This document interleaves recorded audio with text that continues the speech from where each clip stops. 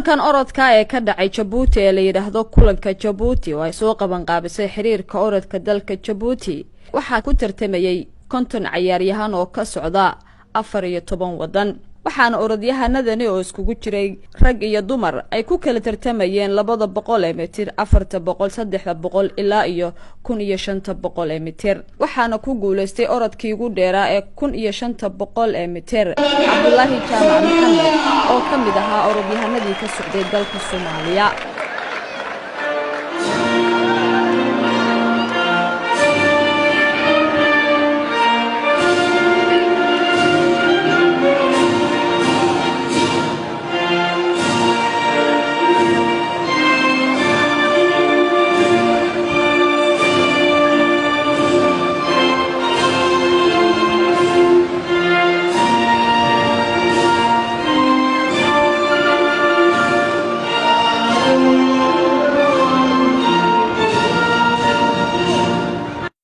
muddo dheer ayaa ugu dambeysay orodyahanada Soomaalida in loo saaro astaanta calanka waxaana Cabdullaahi uu fiyaweeda uga waramay dareenkiisa runtii maanta dareenkaygu aad buu kacsan yahay ilaahay baa mahad iska leh guul aan in badan filaynay maanta nagu guuleeyay runtii aniga iyo orodyahanada kale ila socday ee wadanka ila matalayay aad baan maanta u faraxsanahay maadaama aanu kaalmo ugu horeeyay ka soo muuqanay waxaan rajaynaynaa kaalmo ka fiican iyo bilada ka fiican inaan soo hayno Olympic-da adduunka inaan ka muuqano insha Allah World Championship-ka inaan ka muuqano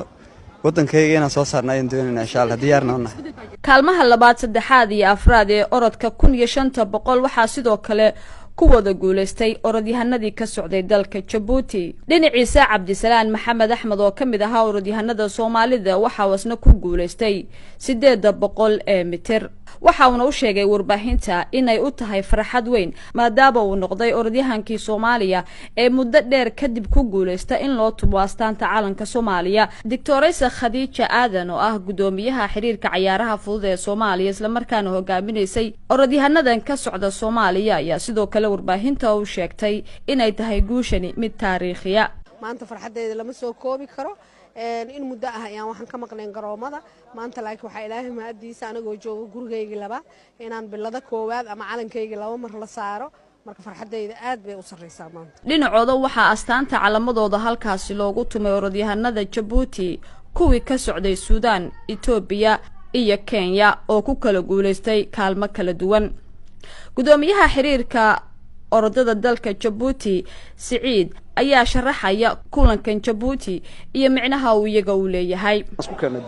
Afrika wadan saal isku keeni karay way yartahay dad orodyahan orod caalam san u sameyn karay Maroc anaga horeys wadan kale ma jiro anaga wadan yara waxa noo sharafa orodka weyn caalamiga xagga maanta ku qabanana taa arrin sharaf aad inoo taa anaga iyo dadkeena dhan بعدمان وزارتنا dhalintii ciyaaraha oo iyaguna aad noola soo qabanqaabiyay orodkan Olympic-da casha oo aad gabadha walaashay aad noola qabatay dhamaan waxaan u celinayaa mahad gaar ah Sagal Saciid Faarax VOA Djibouti